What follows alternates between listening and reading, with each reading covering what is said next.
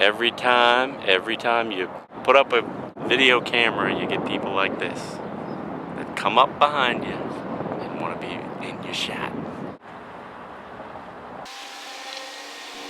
Today I'm going to be doing a review of the 2011 Ford Fiesta. Now I'm excited about this review.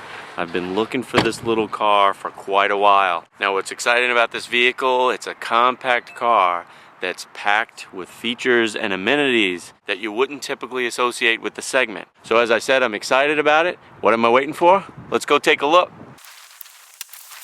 The 2011 Ford Fiesta has a 1.6-liter four-cylinder engine, automated manual transmission, 28 city, 37 highway, MPG, Bluetooth, iPod input, satellite radio, side curtain airbags, stability control, traction control, all for $17,500 USD. Thank you, baby. I love you. Baby. Small car, small medium mark. I'm gonna do the lazy song. You want to do the lazy song? Okay, hold on.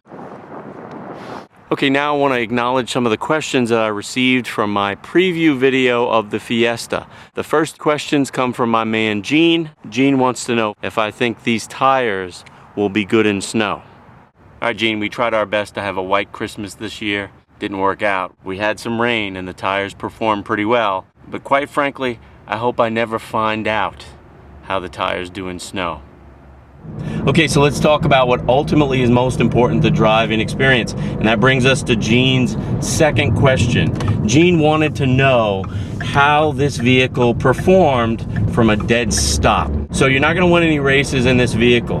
There's no doubt about that. But off the line, you can expect to be at 60 in just a shade under 10 seconds, which is respectable for a vehicle of this class. Now overall, the car has good power. You feel competitive out on the highway. It's a fun car to drive on these back windy country roads. Now, this vehicle has a European feel to it, so it has a nice firm suspension, but it's not harsh. It eats up uneven road surfaces, the potholes, so it's got a nice firm ride and nice, tight, precise steering. It really is a joy to drive.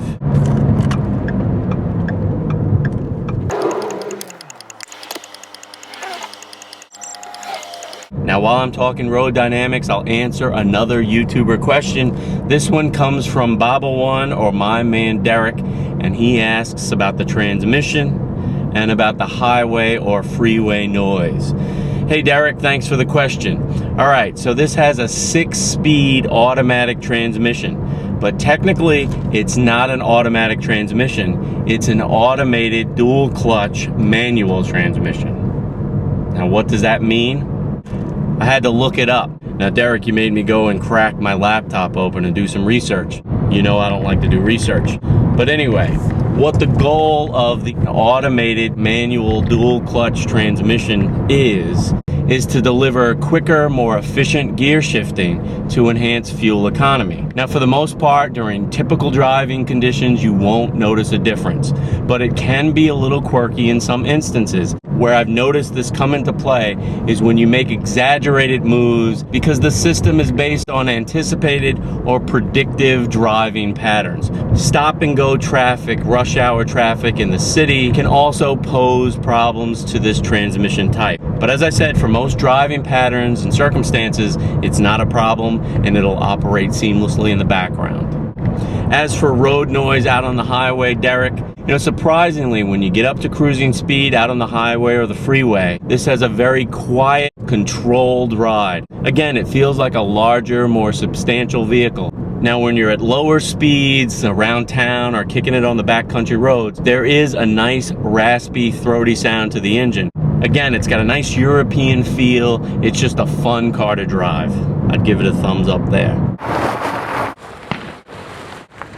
So I have another highway question from YouTube user urafudgehead. I like that name. So Fudge asks if I'm skittish or nervous out on the highway like a lot of other compact cars that he's driven in the past. Hey Fudge, thanks for the question. In this vehicle, you'll feel very confident out on the highway. You feel like you have the power to compete. It feels sturdy and solid. You know, overall, this is a fun car to drive, and it's certainly something I wouldn't mind doing my everyday commute in because it's got great fuel economy, great performance and style, and I think Ford has knocked it out of the park with the Fiesta. I really like the overall design concept of the Ford Fiesta. First off, the exterior styling is nice and aggressive.